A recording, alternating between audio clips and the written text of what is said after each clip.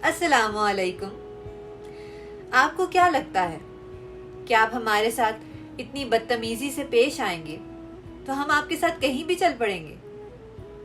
ना ही अदब है, लहजे में शाइस्तगी नहीं है, बड़ों का लिहाज नहीं है, और आप चाहते हैं कि हम आपकी बात मान लें।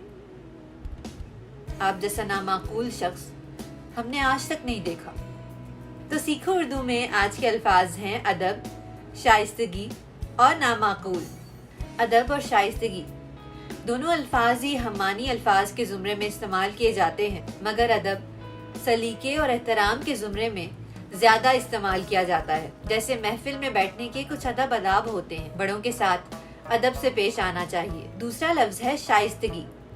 शाइस्तगी फ़र्द के बर्ताव में नफासत को जाहिर करती है, refinement in an individuals behaviour. अगर मैं कहती हूँ कि आपके लहजे में शाइस्तगी नहीं है तो इसका मतलब है कि आपके बोलने का अंदाज और आवाज़ दोनों ही तमीज़ के दायरे से बाहर है। तीसरा लफ्ज़ है नामाकूल, यानी बदअक्ल, अहमक, नापसंदीदा। एक नामाकूल शख्स वो होता है जिसकी बातों और अमल को अक्ल तस्लीम न करे, जिसकी बातें और अमल दोनों ही काबिल एतराज़ हों।